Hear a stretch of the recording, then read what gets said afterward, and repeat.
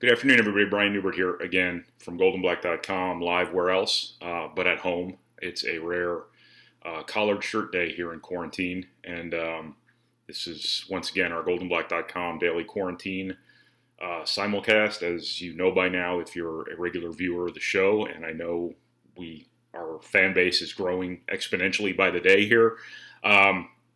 This is just a daily little Purdue topic we talk about, put on the internet, put on social media, put on goldenblack.com, put on our podcast platform, our Golden Black Radio podcast platform. And once again, it is brought to you by our sponsors, Purdue Federal Credit Union, Fowles Purdue Bookstores, 6th Street Dive Restaurant, First Source Bank, East End Grill, and the Charters Team Remaxability Plus. I want to remind everybody, once again, the 6th Street Dive in Lafayette remains open for carryout orders, as do our longtime friends of the business, Arnie's and Bruno's, who I called Brunies the other day, as well as the Whitaker Inn in West Lafayette. We got dinner from the Whitaker Inn last night, and it was outstanding.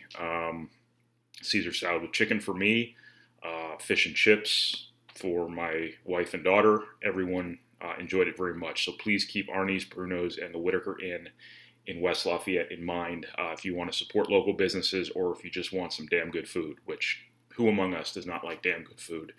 Today's topic, a little bit topical. A topical topic, if you will.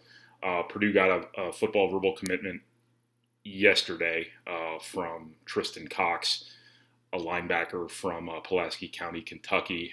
Just thought I would give you a couple of quick thoughts on him and recruiting in general in light of recent developments. Tristan Cox is basically a 6'4"-ish, probably 240-pound inside linebacker type of body type of player. I know he prides himself on his physicality as a player, sort of between the tackles, but also a pretty good, reputed to be a pretty good overall athlete. Purdue recruited him with one of its sort of outside linebacker edge player roles in mind. I'm not really sure how exactly to term this because we don't know a whole lot necessarily about Purdue's defensive system. Now that they're recruiting too, we certainly don't know anything about their terminology. I don't really know what to call these players at this point of the process, but basically Tristan Cox was recruited, to hear him tell it, for a role akin to kind of like a hybrid sort of player, where technically he's an outside linebacker, but when Purdue is in a 4-3 front, he will play basically as a defensive end. When they're in a 3-4 front, he will be a stand-up player. So a position, a role that'll have to wear kind of a lot of hats for Purdue as they transition to wanting to do more 3-4 type of stuff. Whether that's going to be what Purdue does exclusively from here on out, I have no idea. It could just be a wrinkle. It could be a situation where they get the right personnel and then they just take it from a series to series, snap to snap basis. You have to have pretty good, pretty versatile personnel to do that. That's kind of the rub with these edge guys, is that you got to be a pretty special guy to be able to do a lot of different things, to be able to be an effective pass rusher, both with your hand in the dirt or standing up, but also be able to drop into coverage and cover some ground and cover some receivers and whatnot. That's a very difficult mix to ideally find. You have to be able to find a pretty high-level athlete to do that. Purdue obviously is convinced in Tristan Cox's ability to do so. He was a player, clearly they made a significant priority from day one. I remember back in the winter, Jeff Brom and a bunch of assistant coaches all went down there to watch him lift weights as part of the winter evaluation period. Bob Diaco, when he was hired, went down there to take a look at him too. Purdue made multiple stops. I know Chris Barclay, the running backs coach, who I think was his area recruiter, might have been his area recruiter. Don't quote me on that, even though I'm on video for all of anyone to see. Purdue made a lot of stops down there to see him. That was clearly an indication of priority. Linebacker and however else you would term these roles Purdue's recruiting for right now is crucial in this class. Crucial. For a variety of reasons, not the least of which is the fact Purdue doesn't have a lot of linebackers right now. Purdue is in a little bit of a vacuum in between personnel. It's going to be an issue this year. I think they're going to have to get creative. They're going to have to, some guys might have to move around a little bit. We'll see where Jalen Graham winds up in terms of what position he's actually playing, whether he's like a true linebacker or whether he's sort of a half linebacker, half safety, sort of a nickel kind of player. I don't know. Some defensive ends could conceivably be standing up at times if Purdue is going to do this 3-4 thing more often. I'm only speculating there, but Purdue is probably going to have to get a little bit creative to just simply have the numbers they're going to need if they're going to have 4 linebackers on the field quite often, or 4 linebacker type players, and there is a difference. But Purdue has to replenish its ranks there because it's pretty thin right now. And the other part of it, obviously, is just what I've been talking about for the last 5 minutes and 30 seconds now. It's that Purdue, is transitioning to wanting the ability to do more out of a 3-4 front. That does require a little bit of nuance from a personnel perspective. As I've always put it, a good football player is a good football player no matter what scheme he's part of. But there is a little bit of nuance that you would prefer from a 3-4 perspective, as I've always understood it, relative to a 4-3. I think the linebackers are a big part of that as well. In a 4-3, you're asking your middle linebacker. A bird just flew by, distracting me. I'm very distractible. In a 4-3, you want your middle linebacker ideally to be able to cover a lot of space, more so than you would necessarily need them to in a 3-4. Obviously, the outside positions are the ones that you need your pass rush from, but you also need those guys to be able to do a lot of different things. Again, as I said before, you do need a pretty decent level of athlete, ideally, to be able to credibly do a lot of the different things that those guys on the edges have to do.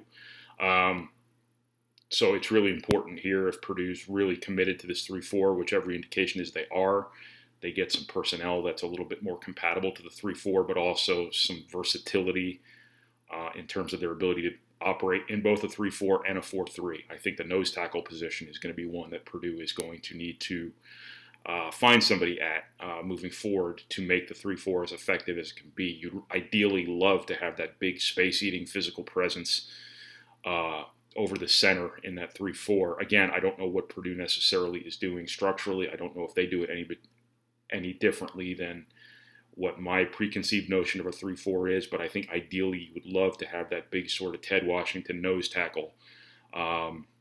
You happen to have him this year potentially in Lorenzo Neal, getting him back for a year.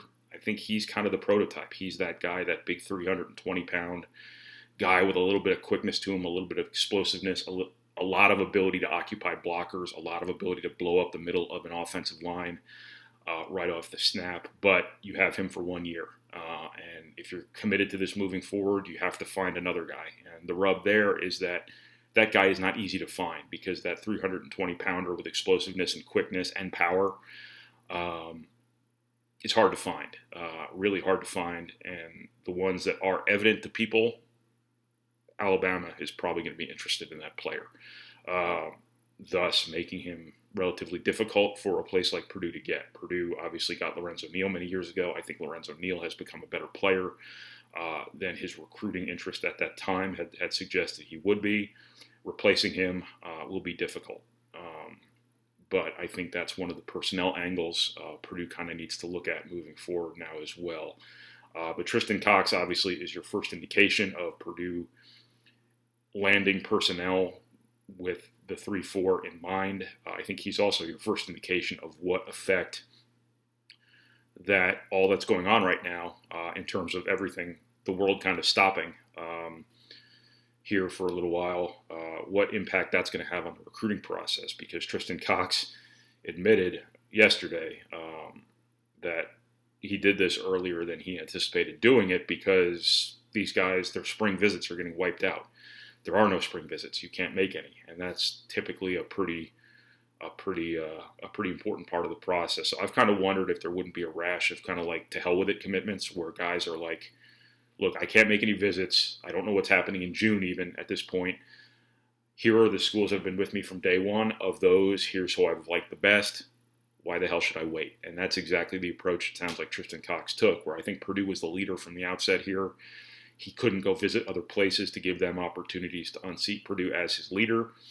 Things get a little bit murky where you're not really sure what's going to be on the other end of this, when this is going to end. So really, this was your first indication of a guy saying that nothing's going on right now, so I'm going to pick from what I have. And what I have in this case is pretty good. Now, if a player like Tristan Cox isn't dead set on Purdue, isn't sold on Purdue, I don't think he's just going to pick a school out of a hat to commit. Some guys might do that, which those commitments obviously aren't going to be worth the paper they're not even written on. But in Tristan Cox's case, I think whether it was now, whether it was a couple weeks from now, whether it was a couple months from now, I think Purdue was probably going to wind up being the place, provided nothing crazy happened with these spring visits or nothing crazy happened in terms of this school or that school completely turning his recruitment on its side. We'll never know because he never had a chance to make those visits. There probably won't be any camps in June. Recruiting is on indefinite hold, and it wouldn't surprise me at all if there is a series of commitments like this all over the country, not just at Purdue, where guys understand that the pause button is hit on their recruiting and nobody knows when it's going to get unpressed. And they just go ahead and choose from what they have now. And that is something, as I've said here before, Purdue can stand to benefit from. And it certainly already did yesterday with the commitment from Tristan Cox. So that's what I got. Those are today's thoughts on new Purdue football commitment, Tristan Cox, Purdue's fourth 2021 commitment, as well as football recruiting in general. So this has been your goldenblack.com Daily Quarantine Simulcast. Once again, brought to you by our sponsors, Follett Purdue Bookstores, Purdue Federal Credit Union, 6th Street Dive Restaurant, First Source Bank, East End Grill, and the Charters Team Remaxability Plus. Want to remind you once again, the 6th Street Dive Restaurant in Lafayette remains open for carryout. Chips and queso would be my recommendation, among other things, as do our longtime friends, Arnie's and Bruno's, as well as the Whitaker Inn in West Lafayette. All of them remain open for carry-out business. If you want to support our local business, or again, if you're just looking for damn good food, please keep the 6th Street Dive, Arnie's, Bruno's, and the Whitaker Inn in mind. So we'll talk to you again tomorrow. I will be wearing the same shirt because I'm going to do tomorrow's video right now. So don't be freaked out when you see two identical looking videos. I know you wouldn't be, but I just wanted to give you fair warning. Have a good day, everybody.